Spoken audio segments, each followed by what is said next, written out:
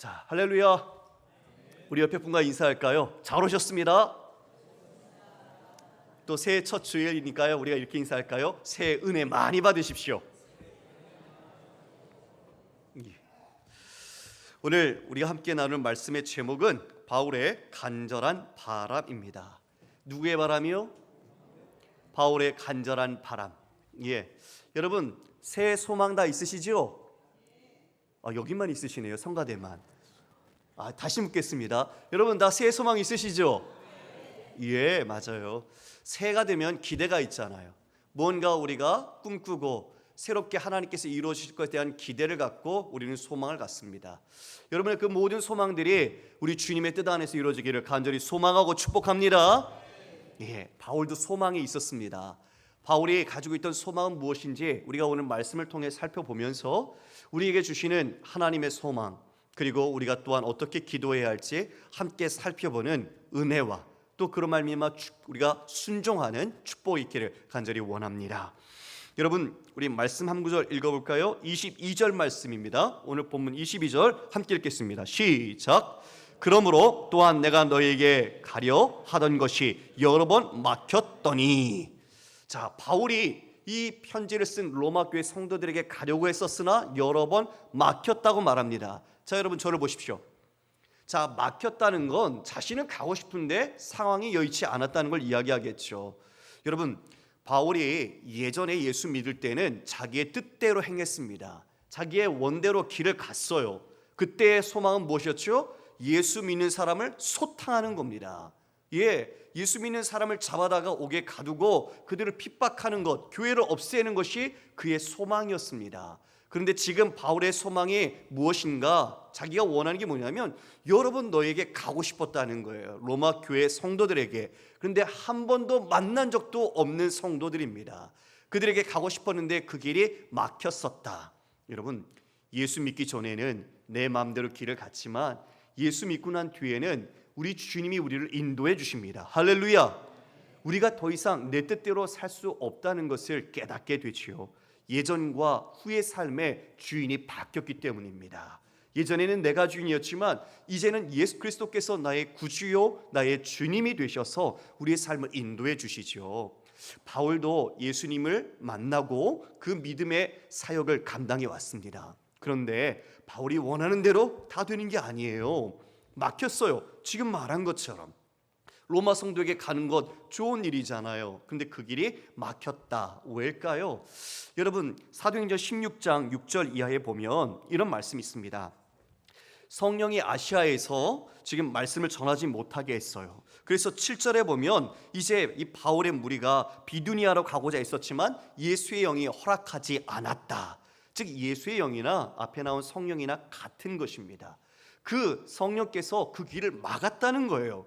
그래서 드로아로 내려갔더니 밤에 환상을 보았는데 그 환상 속에 마게도냐인이 나와서 뭐라고 얘기하죠? 여러분 우리 8절 9절 말씀을 함께 읽어볼까요? 9절 밤의 환상이 시작. 밤에 환상이 바울에게 보이니 마게도냐 사람 하나가 서서 그에게 청하여 이르되 마게도냐로 건너와서 우리를 도우라 하거늘 바울이 그 환상을 보았을 때 우리가 곧 마게도냐로 떠나기를 힘쓰니 이는 하나님이 저 사람들에게 복음을 전하라고 우리를 부르신 줄로 인정함이로라. 바울은 다른 곳에 복음을 전하고 싶었어요. 아시아에서. 그런데 지금 성령께서 그 길을 막는 거죠. 그러면서 마게도냐인이 그 환상 속에 건너와 우리를 도우라. 그래서 바울은 그것을 이제 어떻게 이해했습니까? 우리가 저기에 가서 복음을 전해야 하는구나, 이렇게 우리를 부르시는구나 라고 인정했다고 말하고 있죠. 인정하다라는 신비 바조는 경론 끝에 내가 설득되었다라는 뜻이에요. 그러니까 내 원하는 의지는 그게 아니었어요. 그런데 하나님이 그 길로 이끄시는 거죠.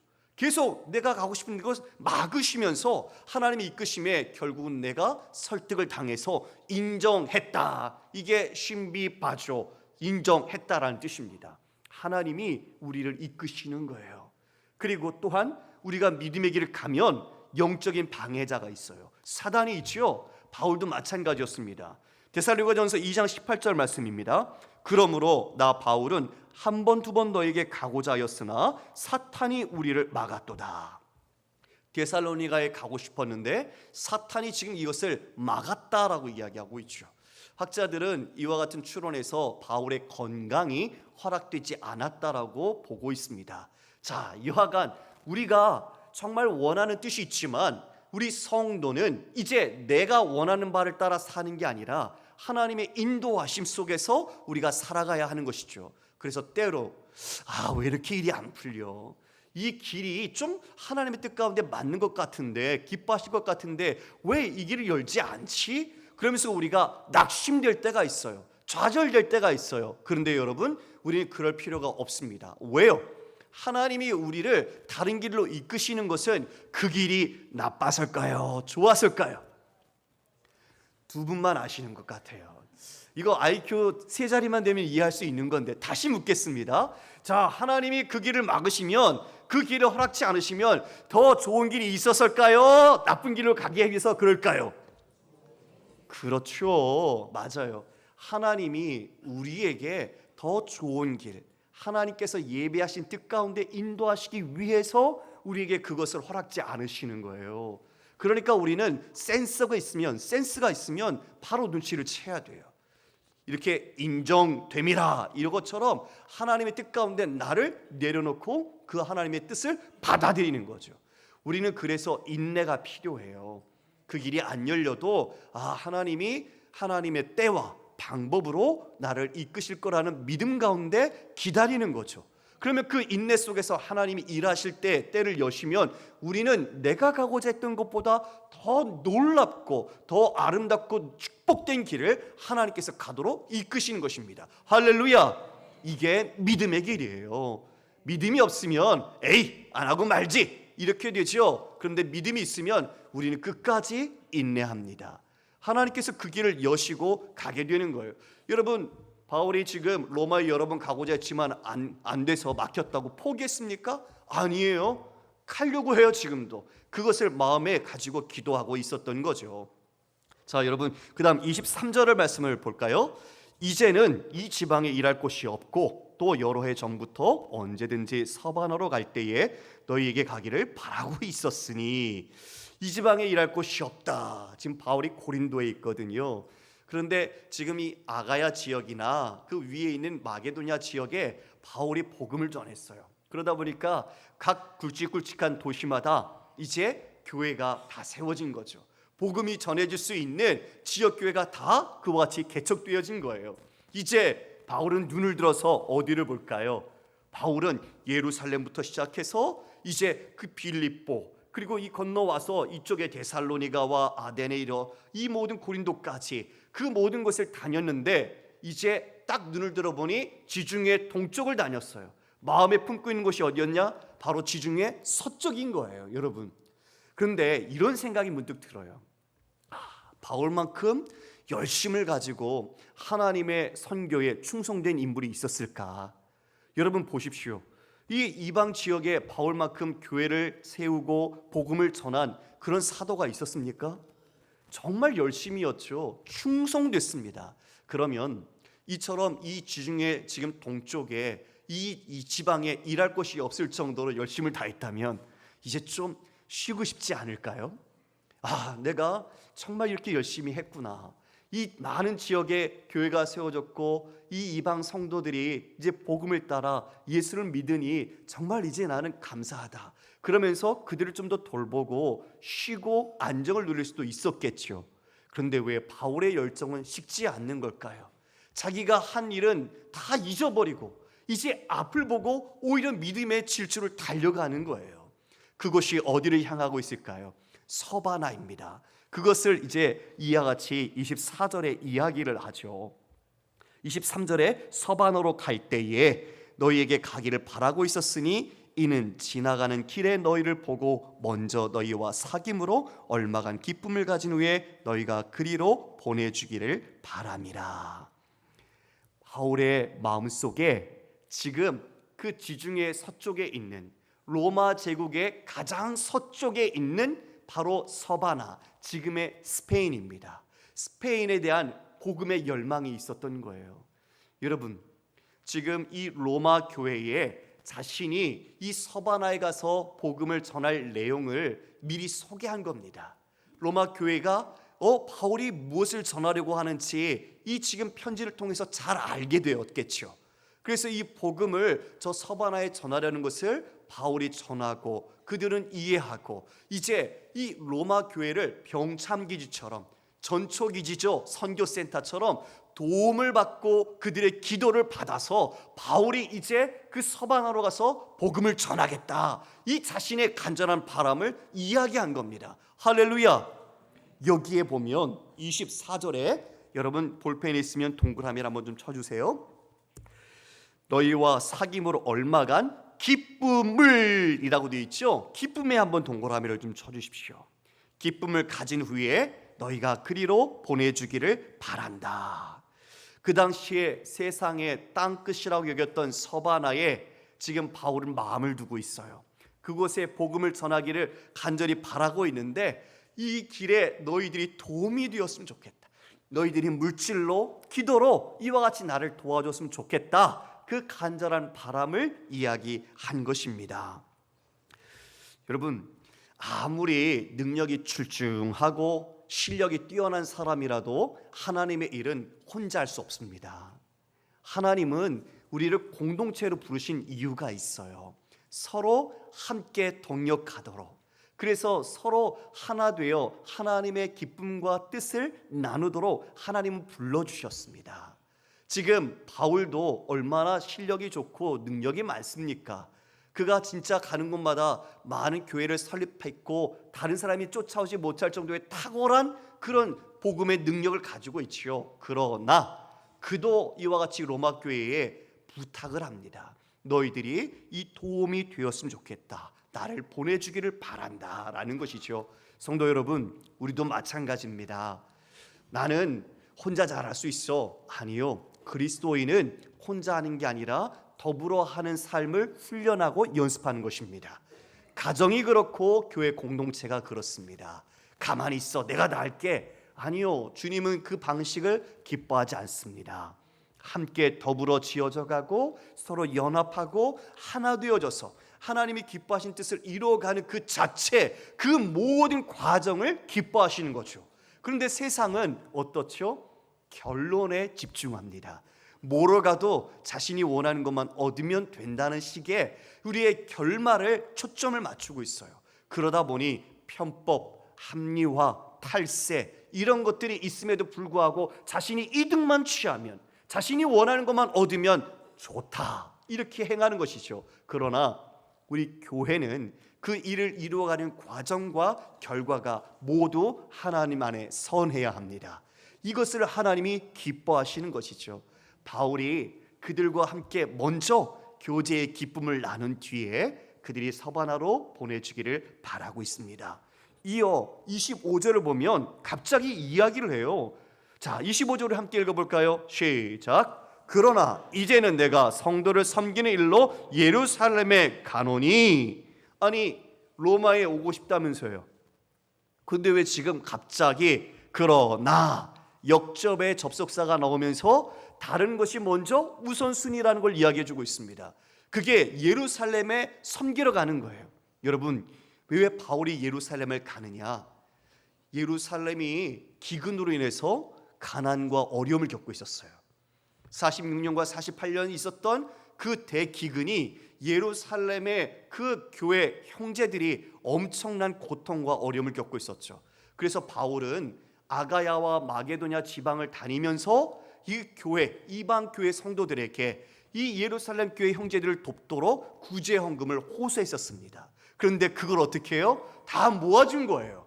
그 이방 교회들이 각각이 그 연보라고 이야기되는 그 기부금을 다 모아준 거예요. 자, 여러분, 그것을 이제 전달하려 내가 예루살렘에 가야 한다라고 이야기하는 거죠. 여기에 사역의 우선순위가 먼저 보입니다.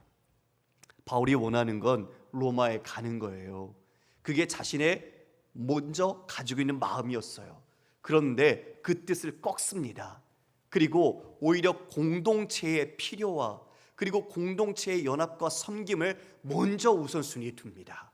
여러분, 우리가 이것을 잊지 마십시오. 여러분이 새 소망과 바라는 목적이 있을 겁니다. 그러나 그 목적이 가장 나만을 위해서 이루는 것이 아니라 우리 가정, 그리고 우리 교회 공동체, 우리 부서와 목장, 이와 같이 더 확대된 그 공동체의 필요와 그 공동체가 선함을 추구하는 것들을 위하여 우리가 먼저 우선순위를 거기에 두어야 한다는 것입니다. 할렐루야. 예, 우리는 나만을 위해 먼저 사는 자가 아닙니다. 기독교인은, 그리스도인은 주님의 사랑을 받아서 타자를 위한 사랑, 그리고 섬김과 연합으로 나타나게 되어 있죠. 지금 바울은 그러나라는 자신의 그 모든 목적과 의지를 꺾고 내가 예루살렘에 가야 한다, 이렇게 이야기를 해요. 근데 여러분, 예루살렘에 가는 것이 쉬운 일이었을까요? 여러분, 예루살렘에 바울이 가게 되면 바울은 마치 사자굴에 들어가는 것처럼 어려움을 겪을 것을 알고 있었어요. 왜냐하면 이 많은 유대인들이 바울이 전하는 복음 속에서 율법을 훼손하고 율법을 제대로 가르치지 않는다라고 적대시하고 있었거든요. 그래서 바울은 그곳에 가면 어려움을 당할 것을 알고 있었습니다. 이미 스데반 집사의 그 죽음이 어쩌면 나의 죽음이 될지도 모르겠다, 자신은 선교하면서 그와 같이 그 스데반 집사의 죽음을 잊지 못했을 거예요. 돌에 맞으면서도 저들의 죄를 용서해달라고 구했던 스데반 집사의 그 선명한 말이 바울의 심중에 박혀 있었을 거예요. 그래서 바울은 지금도 예루살렘에 가는 것은 결코 이 돈을 가지고 자랑하러 가는 것도 아니고, 돈을 가지고 내가 이만큼 큰 사역을 했다는 것을 드러내기 위한 것도 아닙니다. 왜 갑니까? 그 돈은 바로 이방 교회, 이방 형제 교회들이 바로 예루살렘 모교회를 사랑해서 같은 형제요 지체라는 것을 인정하고 그들이 베풀어준 복음의 빚진 자로서의 그 마음을 가지고 그들이 십실반 모아준 거예요. 그래서 그 모은 것을 바울은 가지고 가는 겁니다. 그러니까 예루살렘 교회가 이 연보를, 이 기부금을 받는다면 이제 이방 교회를 향하여 형제로서 함께 받는 게 되는 것이겠죠. 무엇이 이루어지는 겁니까? 그리스도 안에 하나됨, 연합과 일치가, 교제가 이루어지는 것입니다. 바울은 이걸 목적으로 한 거예요. 그들이 실질적으로 어려우니까 돈을 주는 것도 있겠지만 바울의 심중에는 바울이 그토록 이방에서 생명 다해 전했던 그 복음의 결실, 바로 그 교회 성도들이 이 예루살렘에 있는 형제를 향한 같은 마음으로 함께 내어놓은 그 물질, 그것을 그 물질이 아닌 그들의 마음을 전달해서 서로가 주 안에 하나됨을 이루는 그 기쁨과 열매를 얻고자 가는 것입니다. 여러분, 그 돈을 모을 때, 그 성도들이 예루살렘 형제들을 생각하며 돈을 모을 때 어떤 마음으로 했는지가 나타납니다. 그것을 이와 같이 이야기합니다. 26절 27절인데요 이는 마게도냐와 아가야 사람들이 예루살렘 성도 중 가난한 자들을 위하여 기쁘게 얼마를 연보하였습니다. 여기 기쁘게에 동그라미를 치십시오. 자, 27절입니다. 저희가 기뻐서 하였거니와, 여기도 동그라미를 쳐주십시오. 지금 두 번이나 연거푸 기뻐서 이렇게 그들이 연보했다, 이렇게 했다라고 이야기를 하고 있어요.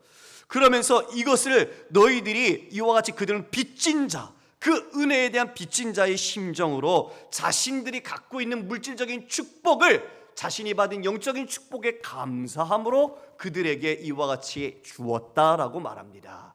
예, 그들이 예루살렘으로부터 비롯된 복음, 그 영적인 축복을 이방교회 형제들이 받았죠. 그러나 예루살렘은 지금 어려움을 겪고 있고, 상대적으로 이 밑에 있던 지금 아가야나 마게도냐는 상업 중심의 도시라 부유했어요. 그러니까 그 어려운 예루살렘을 위해 자신들이 물질을 모은 거죠. 그 부유함으로 모아서 그것을 이와 같이 기쁜 마음으로, 그리고 복음의 빚진 자의 마음으로 이와 같이 형제를 위하여 내놓은 것입니다. 여러분, 여기에 신앙의 자세가 있습니다. 우리가 어떤 마음으로 해야 한다고요? 기쁜 마음, 기쁜 마음으로 우리의 모든 봉사와 섬김과 구제, 그리고 헌금, 이 모든 것을 이루어가야 합니다. 자원하는 마음인 것이죠. 그 마음 속에는 무엇 마음이 근저에 자리 잡고 있어요? 은혜에 빚졌다.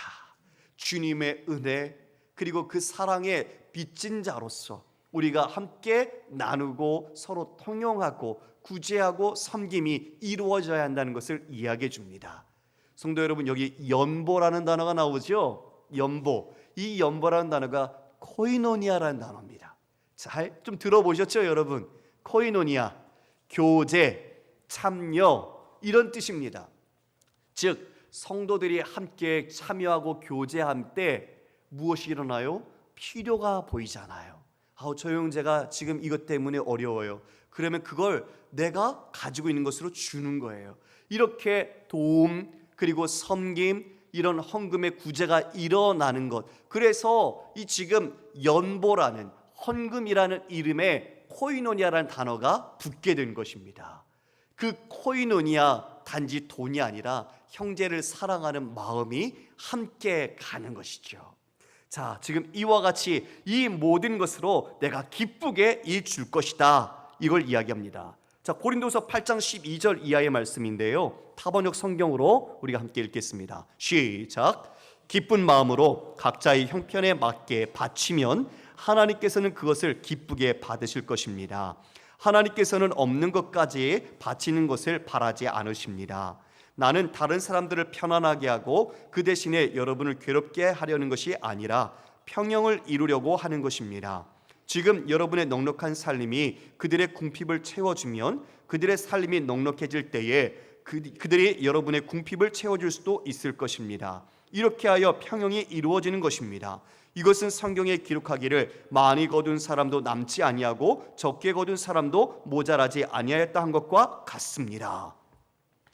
평형, 여기에 보면 평형, 공평함이죠. 평등을 이루어가는 것. 그러니까 하나님은 기쁜 마음으로 각자의 형편에 따라 바치는 것을 기뻐하시지 다른 것 없는 것까지 바치라고 하는 그런 분은 아니다. 그리고 우리가 이와 같이 내어놓는 것, 함께 바침은 서로의 궁핍함을 채워주는 것이다. 그래서 많이 거둔 사람도 남지 않고 적게 거둔 사람도 모자라지 아니하였다 함과 같다. 성도 여러분, 초대교회에 이 일들이 있지 않았습니까? 서로의 필요를 따라 자신의 밭을 내놓고 팔아서 필요한 것을 함께 나누고 통용했었습니다. 그런데 여러분, 요즘 우리가 배부르게 먹고 잘 산다고 이야기하는 이 세계는 어떻습니까? 많이 거둔 사람이 남지 아니하고 반대인 것 같습니다. 많이 거둔 사람 더 많이 남기려고 합니다. 더 많이 좋은 거 먹으려고 하고 더 쌓으려고 합니다. 그리고 적게 거둔 사람은 늘 모자라서 어려워합니다. 한쪽에서는 먹을 것이 남아서 음식 쓰레기로 버려져야 하고 어느 한쪽에서는 쓰레기통에 버려진 음식을 먹지 않으면 살 수 없는 삶의 궁핍을 경험하고 있는 이 21세기 현실 속에 우리 성도로서 우리의 삶의 모습은 어떻게 살아가고 있습니까? 혹시 나만 배부르면 돼? 내가 행복하고 우리 가족이 행복하면 됐지. 만약 그렇게 섬기신다고 생각하신다면 여러분 십자가를 다시 보셔야 합니다. 주님께서 여러분에게 주신 것은 내 자신만을 위한 것이 아니라 우리의 연약하고 어렵고 궁핍한 형제들과 지체들과 함께 나누도록 내게 선물로 주신 것입니다. 할렐루야. 제가 참 감사한 것이 있습니다. 이제 우리가 예배 끝나면 재직회를 하고 내일 다음 주일에 우리가 공동회를 하겠지만 예년도 예산, 올해 예산이죠. 올해 예산에 우리가 작년 대비 3배가 되는 구제금을 책정한 것입니다. 저는 너무나 감사했고 너무나 기뻤습니다. 우리가 상반기, 하반기 각각 절기헌금의 절반을 우리 가난하고 어려운 이웃과 또 전 세계의 어려움을 겪고 있는 그들에게 함께 나누었습니다. 그런데 이 모든 나눔이 오히려 우리를 더 부욕해 하고 우리의 믿음을 더욱 성숙해 했으며 하나님 안에서의 기쁨을 더욱 배가시켜 준 것을 저는 믿습니다. 우리 모두가 이것에 충성함이 우리 자신만을 위한 것이 아니라 주님을 위하여 또 주님의 나라를 위하여 한 것이 아니겠습니까? 반드시 주께서 기뻐하시리라 믿습니다. 이처럼 이제 우리는 우리 가진 것을 함께 나누어야 합니다. 그러나 내가 그것을 나누지 않고 쌓아놓는다면 여러분 어떤 삶을 살까요? 인간은 참 죄성이 있고 또 쉽게 부패합니다. 욕심이라는 것이 우리의 마음속에 자리하고 탐심으로써 그것을 더 가지려고 우리를 부추기죠. 그러다 보니 돈이 되었건 다른 것이 되었건 내가 다른 사람보다 더 많이 가지게 되고 점점 그것을 쌓으면 여러분 연보라는 코이노니아 성도의 교제가 깨집니다. 하나님을 바라보고 의지하는 게 아니라 내가 가지고 있는 그 통장의 돈, 그리고 내가 잡고 있는 그 더 금보다 귀하다고 여겨지는 더 귀한 가치들, 이것들에 내 온 마음을 쏟을 때 먼저는 하나님과의 나의 코이노니아가 깨집니다. 하나님을 멀리하고 하나님을 의지하지 않고 내가 쌓아놓은 것을 나의 주인으로 내가 의지하기 시작하죠. 그리고 이어 공동체의 연합이 깨집니다. 내가 가진 것을 다른 사람에게 없음으로 인하여 차별적인 시선으로 보게 됩니다. 나는 이 정도 있는데 당신은 없지. 나는 이 정도로 배웠는데 당신은 좀 없지. 이러면서 우리의 잣대가 달라집니다. 그러면서 형제의 연합과 하나됨이 깨지고 온전히 이제 자신이 원하는 그룹으로 묶여지는 것이죠. 그래서 비슷한 사람끼리 차별을 지으면서 교회 내에서 자신들을 드러내기 시작하는 모습을 보게 됩니다. 여러분 절대 있어서는 안 됩니다. 하나님이 기뻐하지 않으십니다. 하나님은 오히려 낮아지고 겸손하고 베풀고 함께 하나 되기를 힘쓰라 말씀해 주셨기 때문입니다. 그래서 우리 교회는 이와 같이 우리가 하나님께서 주신 선물이 있다면 여러분 나누십시오. 흘려 보내야 합니다. 그게 자신에게 유익하고 복이 되는 줄 믿습니다. 고린도후서 9장 7절 말씀입니다. 각각 그 마음에 정한 대로 할 것이요 인색함으로나 억지로 하지 말지니 하나님은 즐겨내는 자를 사랑하시느니라. 하나님이 능히 모든 은혜를 너희에게 넘치게 하시나니 이는 너희로 모든 일에 항상 모든 것이 넉넉하여 모든 착한 일을 넘치게 하려 하심이라. 기록된 바 그가 흩어 가난한 자들에게 주었으니 그의 의가 영원토록 있느니라 함과 같으니라. 주께서 여러분에게 넉넉하게 주셨습니까? 그건 착한 일, 주님께서 기뻐하시는 선하고 착한 일을 하도록 주신 것입니다. 그러므로 그것을 흩어 가난한 자들에게 나누어 주는 것, 그것은 바로 그의 자비, 그가 올바르게 주님 안에서 살고 있는 모습을 영원토록 드러내는 것입니다. 여러분, 우리 모든 성도님들이 이와 같은 삶을 살기를 주님의 이름으로 축원합니다. 이제 연보를 바울은 전달을 하고 자신이 돌아가겠다라고 이야기를 하는데요. 여러분 기도 부탁을 합니다. 우리 30절에 보면 바울이 세 가지 기도 부탁을 하는데 31절 우리가 함께 31절부터 32절까지 읽어볼까요? 시작. 나로 유대에서 순종하지 아니하는 자들로부터 건짐을 받게 하고 또 예루살렘에 대하여 내가 섬기는 일을 성도들이 받을 만하게 하고 나로 하나님의 뜻을 따라 기쁨으로 너희에게 나아가 너희와 함께 편히 쉬게 하라. 여러분 32절에 기쁨 나오죠. 거기에도 동그라미를 쳐주십시오. 세 가지를 부탁했어요. 자신이 예루살렘에 가면 분명히 자신을 죽이려고 하는 자들, 그런 적대자들이 있기 때문에 나를 그들로부터 구원받게, 건짐받게 해달라. 그리고 이 예루살렘 교회에 이 연보를 전달하는데 여러분 예루살렘 교회에는 유대인들이잖아요. 유대인들이 이방인에 대한 시선이 좋지 않았거든요. 그래서 그들이 갖고 있는 행여나 자존심 그런 것 때문에 이 이방 형제들이 모아준 것을 필요 없어 안 받는다고 할까봐 그런 변수에 대해서 바울이 염려하고 있어서 기도 부탁을 하는 것이죠. 그리고 세 번째 기도 제목은 하나님의 뜻을 따라 기쁨으로 너희에게 다시 나아가 너희와 함께 쉴 수 있도록 기도해 달라 부탁합니다. 성도 여러분, 지금 이 기도 제목들이 여러분 그 로마 교회 성도들이 얼마나 기도했겠어요? 이것을 바꿔서 바울이 같이요. 여러분, 바울이 이제 예루살렘에 갔을 때 어떻게 됩니까? 모함을 당합니다. 이방인 데리고 들어가서는 안 되는 성전의 구역에 들어갔다고. 맞아요. 그리고 어떡하죠? 유대인들 가운데 내가 저 바울을 죽이기까지는 먹지도 마시지도 않겠다고 맹세하는 사람까지 있었습니다. 정말 죽음이 위기 가운데 있었죠. 그런데 로마 군대에 구금이 되어서 오히려 안전하게 보호를 받게 됩니다. 그리고 가지고 간 연보 코이노니아를 예루살렘 교회가 받습니다. 성도 여러분, 뭘 의미할까요? 이방 교회, 바울이 전한 복음을 인정한 거예요. 그들 또한 우리와 함께 예수 그리스도의 지체된 한 몸이라는 것을 이 유대의 교회가 인정하고 받아준 것입니다. 그러니 그 기쁨이 얼마나 실로 컸겠습니까? 그런데 이제 돌아가면 되잖아요. 바울이 원하는 게 남았죠. 로마 교회에 가서 거기서 다시 서바나로 파송을 받는 것, 이제 그게 남았어요. 그런데 여러분, 그게 어떻게 됐을까요? 바울이 로마에 갑니다. 로마에 가요. 그런데 죄수로 갑니다. 죄수로. 자신이 죄수로 끌려서 로마에 입성하게 되죠.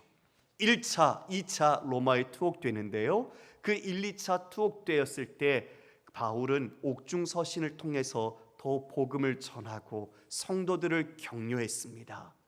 그리고 그 복음은 비록 자신은 매여 있지만 매이지 아니하고 그 복음은 증거된다는 것을 그 삶 속에서 나타냈죠. 사랑하는 교우 여러분, 오늘 말씀을 보면 제가 여러분에게 동그라미 치도록 말씀드린 부분을 보시겠습니까? 24절에는 바울이 그 로마 교회 성도들과 개인적으로 가지는 기쁨을 이야기해 주고 있습니다. 내가 너희를 만나서 잠시 동안 교제를 나누는 그 기쁨을 가졌으면 좋겠다. 바울의 소망이죠. 그런데 26절, 27절의 기쁨은 이방 교회, 이 마게도냐와 아가야 지방에 있는 교회가 예루살렘 모교회와 함께 연합하고 교제하려고 하는 기쁨을 이야기해 주고 있습니다. 공동체와 공동체의 기쁨이죠.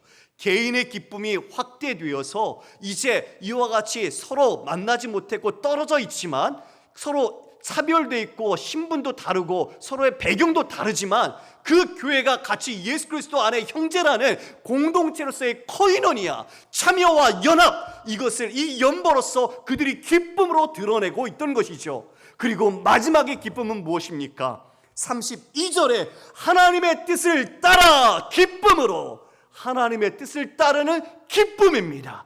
이 모든 개인의 기쁨이나 공동체 간의 기쁨이나 이 모든 기쁨이 누구를 향하고 있습니까? 하나님의 뜻을 따르고 있는 것입니다.